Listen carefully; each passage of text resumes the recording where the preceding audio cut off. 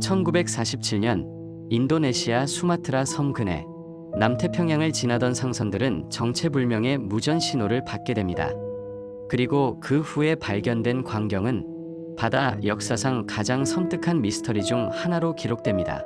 오늘 이야기할 사건은 우리양 메다노의 집단 죽음입니다. 1947년 6월 어느 날 인근 해역을 항해하던 여러 선박들이 기이한 무전을 수신했습니다. 첫 번째 신호는 간단했지만 충격적이었습니다. 모든 장교와 선장 사망, 조타수와 선원도 사망, 아마도 전원 사망. 잠시 후 마지막으로 들려온 메시지는 한 문장이었습니다. 나도 곧 죽겠다. 그리고 통신은 끊어졌습니다. 이후 아무런 응답도 없었습니다. 신호를 가장 먼저 감지한 건 미국 상선 실버 스타워였습니다. 그들은 즉시 우리양 메다노의 위치를 추적해 접근했고 곧바다 위를 떠도는 낡은 화물선을 발견했습니다. 외관상 큰 손상은 보이지 않았습니다. 폭풍이나 해적의 흔적도 없었습니다. 그러나 그들이 배 안으로 들어갔을 때 광경은 충격적이었습니다. 배 위에 있던 모든 선원들은 이미 사망해 있었습니다.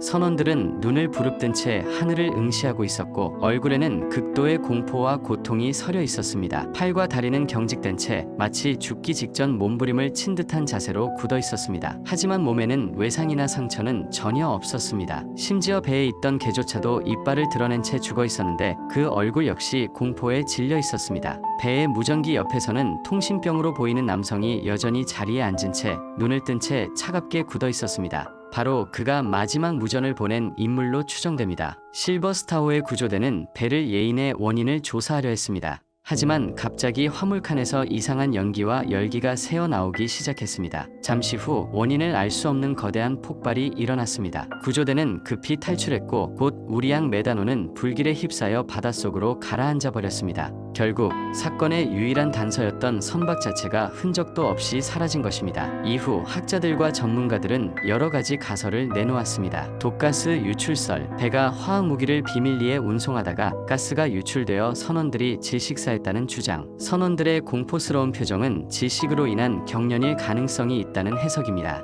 밀수 화물 폭발설, 당시 제2차 세계대전 직후였기 때문에 일본군 잔여 화학무기나 독가스를 불법 운송했을 가능성도 제기되었습니다. 폭발 역시 이 화물에서 비롯되었을 수 있습니다. 초자연적 현상설, 선원들의 기괴한 표정과 동시에 모두가 같은 모습으로 죽어 있었다는 점 때문에 단순한 질식사로 설명하기 어렵다는 의견도 많습니다. 일부는 정체불명의 존재를 목격한 공포사였다는 미신적 해석을 내놓기도 했습니다. 냉전기에 은폐된 실험설, 또 다른 설로는 당시 냉전 초기였기 때문에 미국이나 소련이 비밀리에 수행한 무기 실험이 실패하면서 배가 희생되었다는 추측도 있습니다. 하지만 어떤 가설도 명확히 입증된 적은 없습니다. 오늘날 일부 연구자들은 우리양 메다노 사건 자체가 꾸며진 이야기일 수도 있다고 주장하기도 합니다. 실제로 배의 선적 기록이나 공식 문서가 남아있지 않다는 점 때문에 전후의 바다에서 떠돌던 괴담이 확대되었을 가능성도 배제할 수 없습니다. 그럼에도 불구하고 당시 구조대의 증언과 전 세계 신문에 보도된 내용은 분명 존재합니다. 그리고 가장 중요한 사실은 배가 실제로 폭발 후 침몰했다는 기록까지 남아있다는 것입니다. 우리양 메다노 사건은 지금도 해양 미스터리의 대표적인 사례로 남아있습니다. 죽기 전 마지막까지 공포에 질린 표정, 정체불명의 무전 신호,